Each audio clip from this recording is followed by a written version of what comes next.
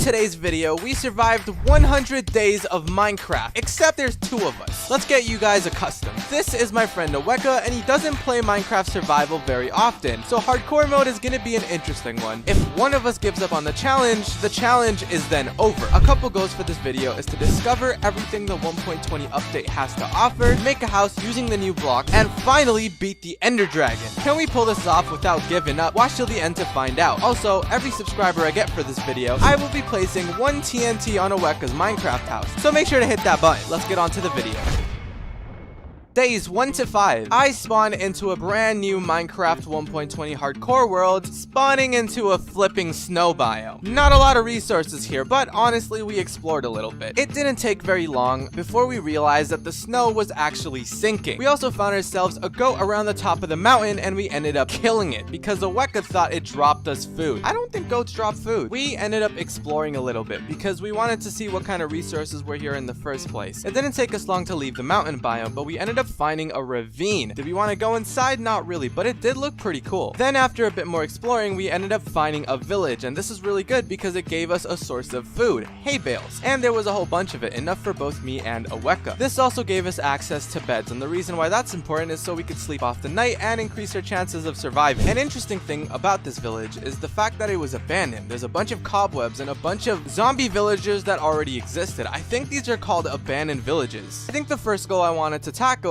is finding ourselves a nice place to base, and that's probably gonna be the bamboo jungle. So after fully looting up this village, we began exploring in one direction. I also ended up crafting all of the wheat that we had into bread, that way we can actually eat it. After a bunch of exploring, we ended up in a bunch of different biomes, but the place that we finally landed at was this dark oak biome. This biome is also notorious for having mobs in it because the trees literally cover up the land, causing the mobs to be able to spawn in here. But despite that being the fact, we ended up finding ourselves a jungle biome, and the one with actual bamboo in it. A lot more than I honestly expected, because I expected a jungle to not have that much. At first we were a little bit confused and ended up having to search up how to actually get ourselves the new bamboo planks. But essentially, Aweka also doubted me. But this is how it goes. You would take a bunch of bamboo and put it into a crafting table, making yourself a bamboo stem. I don't know if that's exactly what it's called, but afterwards you put that back into the crafting table, and then you got yourself some bamboo planks. And it's all made out of bamboo. It's a pretty nice thing. I ended up making a door with it, and I also went mining for some stone tools for both me and Aweka. I also decided to beat some animals to death, and by animals I mean fish, but then also continued making the bamboo house. Aweka on the other hand decided it would be best to actually invest our bamboo in something a little bit more lucrative. Bamboo boats. Now they do look cool, but we don't need like 20 boats. I don't know what he's doing. I honestly think he's trying to mess with us. I'm not too sure, but then again, he doesn't play this very often. So a cool thing about these bamboo boats is you could actually now place chests on them, and they kind of look like a raft. We end up taking these boats and exploring a little bit, me taking the one with the chest and Aweka taking the one without the chest, and he got a little bit jealous, as you can see here. Days 5 to 15. But after a bunch of following the river down to this big ocean, we ended up finding ourselves a shipwreck. This is where we uncovered the second thing that this Minecraft 1.20 update has to offer us: templates. For those that don't know, in this version of Minecraft, if you have yourself a template, you can actually trim armor. That's right, you can add a design to it and a different color to it, making over, I believe, 1,600 different customizations to it. I could be wrong on the numbers, so just don't search it up, alright, just for my sake. But after we found that, we then started looking around for another one. I was also in hopes to find ourselves a sniffer egg, but honestly we had no luck with that, so we ended up heading back to our sweet bamboo base. Me and Aweka had an interesting idea. Why don't we do an archaeology challenge, because that's also another thing that this version of Minecraft gives us. So basically, the person to get the most from the archaeology, I think it's called suspicious sand, at the end of the video wins $100, and it gets sent to the winner of the challenge from the other person. So we began to start exploring again. We're honestly skipping a bunch of like the mining and stuff because we just want to see these new updates. So we end up in search for a desert because there happens to be an interesting place you can find this stuff. So as to my knowledge at that time, I only knew we can find them in desert wells. So we began searching for a desert well. We found a few desert villages, but really didn't loot into them because we saw that there wasn't any suspicious sand in them. But eventually we ended up finding ourselves a desert temple that was pretty well hidden, I'm not gonna lie. We ended up going into that desert temple and we found a little bit of sand on the side. When we mined into it, lo and behold, we found ourselves the suspicious sand we were looking for all along. We found a few of them, but I genuinely think Aweka broke one of them, which is really unfortunate. We also ended up getting an emerald for ourselves, which is probably the most valuable thing I got from this thing, and Aweka ended up getting a diamond. Alright Minecraft, I see the type of bias you're working with here. I am not losing $100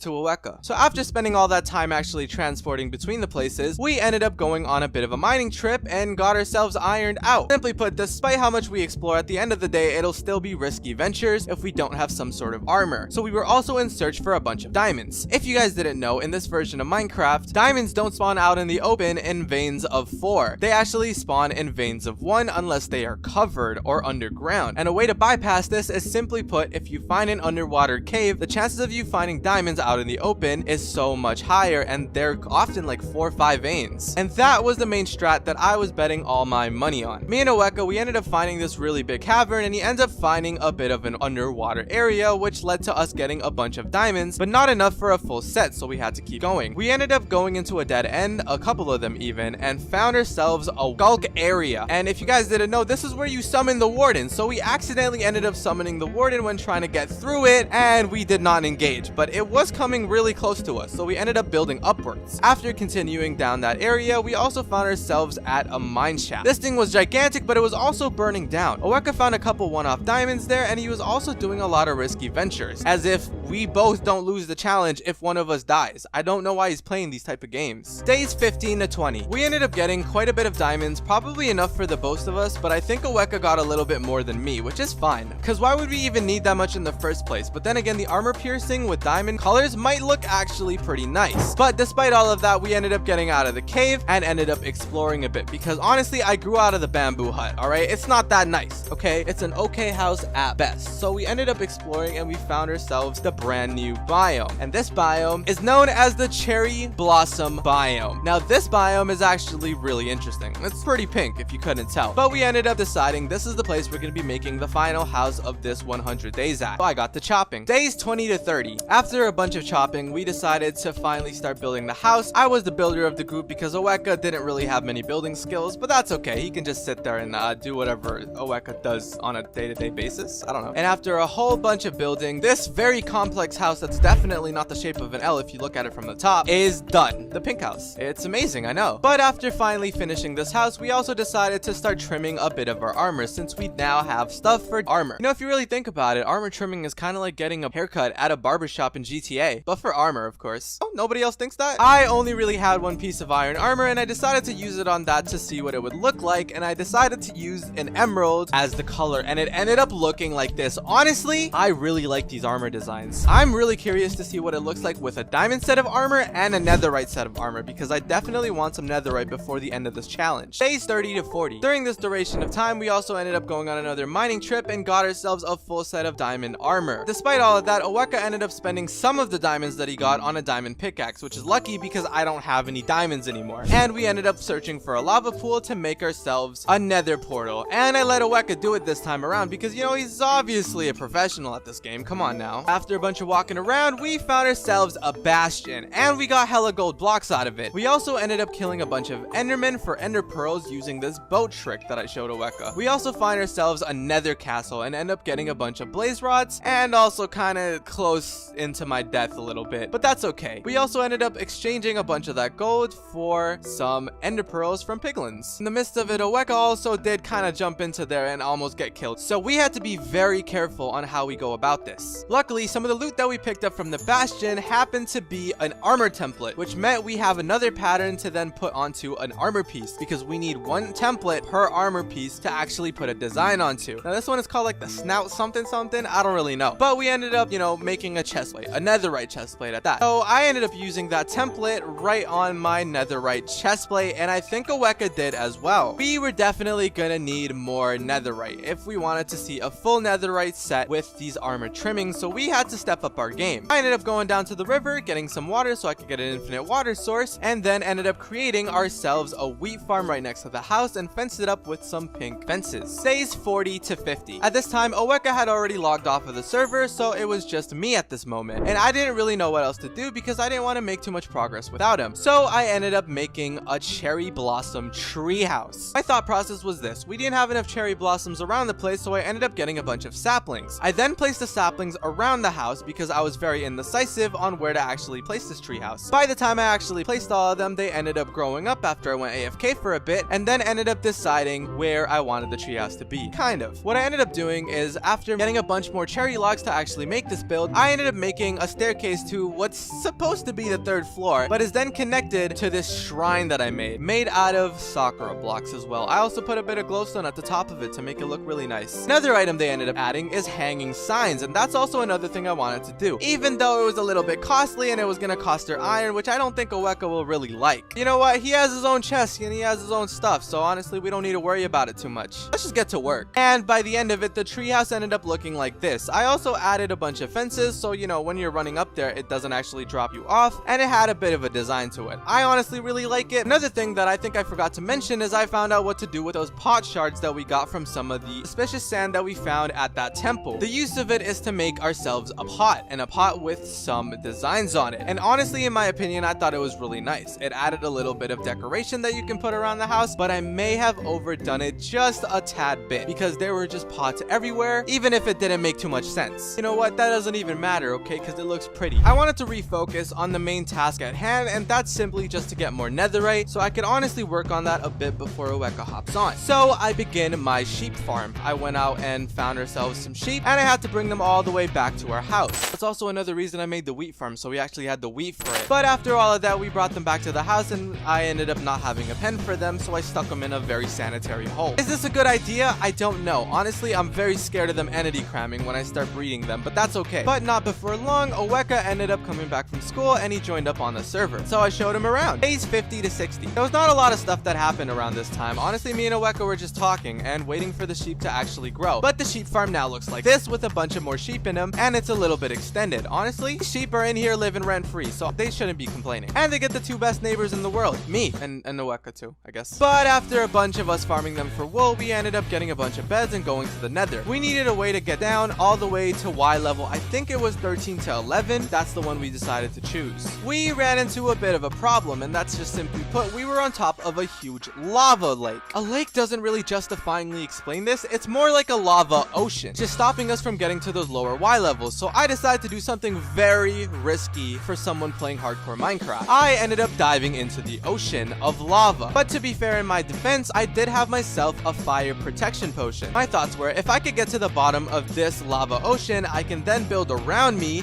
all the way back up to us, making basically a tube shape. And if we block up the tube, we end up being able to mine into it as if it was any other cave. This is what I did, but it also did kind of scare Oweka a little bit. And afterwards, I showed Oweka how to use the bed method to find ourselves some netherite, and the grinding began. Took a few trips back and forth from the base and back to that area, but in all honesty, it was worth it because we got a bunch of netherite from it. By that, I mean ancient debris, and I was too lazy to do the math at the time. Days 60 to 70. This time, me and Oweka weren't really talking much, and we were just kind of grinding on our own time just to get ourselves a full set of netherite armor each, and I also wanted some for a weapon and maybe even a pickaxe. So after all of this exploring was done, I then headed back to the base of ours. So now I have a couple options. An interesting thing is the recipe for making these netherite ingots is actually a bit different, and it requires us to have a netherite template, which is really annoying. And to make more of these, it costs diamonds, and I didn't have any more, so I stole them from Oweka. I am such a nice friend. What I also ended up doing is placing ourselves an enchantment table so we can start enchanting our netherite armor that we have now crafted. And by we, I mean me, because Oweka was still in the mines. I also ended up putting an enchantment on my bow, which is infinity, that Oweka ended up finding when he was exploring. And I put it on my bow even though he was saving it for himself, I'm pretty sure. Oweka ends up getting back and puts his netherite armor on as well, alongside with enchants. Upside to mine is that my boots had feather falling, but I had a mixture of protection 1 and protection 2, while Oweka had full protection 2, which was honestly a W. But before we knew it, we actually ended up on a bit of a fatal mistake and an error on our part. We didn't explore enough random structures because we didn't have any more templates to put onto our armor. So now we just have the basic netherite armor sets, which is lame. So we set out on an adventure to find a bunch more structures and get ourselves these things called sentry armor trims. My main goal was to find these things called pillager outposts. outposts, and we found a couple of them. We split up for this process so that we didn't end up getting two of the same things. After a while, both me and Aweka ended up finding the same one, which is literally what we tried avoiding, but it didn't work. But lo and behold, it was actually filled up with a bunch of pillagers out to get our heads, so we had to eliminate them. And we finally made it to the top, and our luck just went crazy because we ended up finding nothing. Absolutely no templates within this chest, so we had to split up. Day 70 to 80. So after doing a bit of research, I also found out that pillager outposts are a semi-rare structure, generating every several 100 to a couple thousand blocks. So we had a lot of exploring to do. After a whole bunch of time, I finally ended up finding a pillager outpost. I completely ignored the masses of pillagers that were out to kill me, and I went straight up to the top to check out the chest. And lo and behold, we found ourselves our first sentry armor template. But we also ended up finding another one. And finally, at the very end, Aweka ended up reuniting with me because he got all 4 that he needed, and I only needed 3 in total,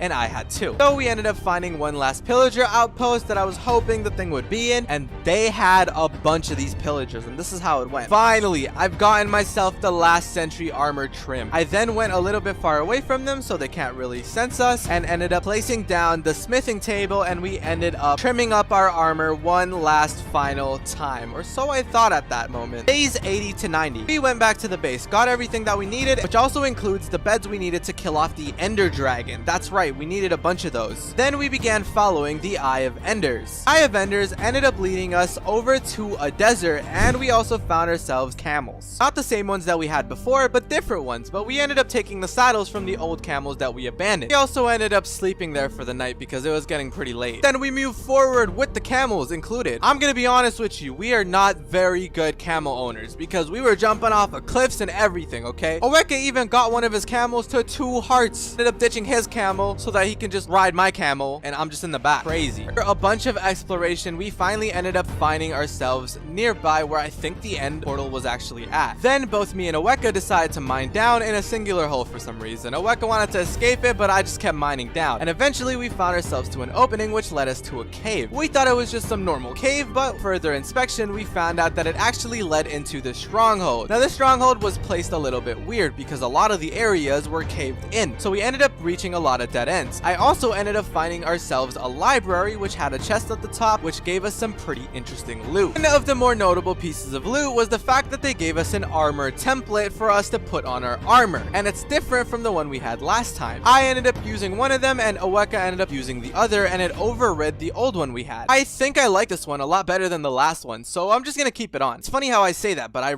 literally don't have any option because I don't have any more templates, but that's okay, I guess. Continue to explore. I also end up finding myself some ender pearls within some of the chests while exploring, and after a bunch of exploring, we ended up missing a bit of a corner. We turn that corner and find ourselves at the end portal where I get jumped by a silverfish. Typical. Point, we're kind of just mentally preparing for the fight, but we should be good to go. I normally kill the ender dragon with just diamond armor, and this time around we have netherite armor. So what am I really afraid of? He gave me some of the beds he had left over from the nether mining trip, and I think I was all good to go is what I would have said if I was actually good to go, but in reality I was nowhere close. See, I kind of forgot to bring myself a bucket of water for clutches, and this is no simple thing to forget because I don't have any means to get back down if the dragon hits me except for ender pearls, and I don't know why I didn't think about it, but I could just farm enderman there. I didn't do that. In the moment, I don't know. I guess I was thinking of other things. Last, we ended up killing the ender dragon once and for all, but at what cost? My life. Subscribe if you don't want nightmares.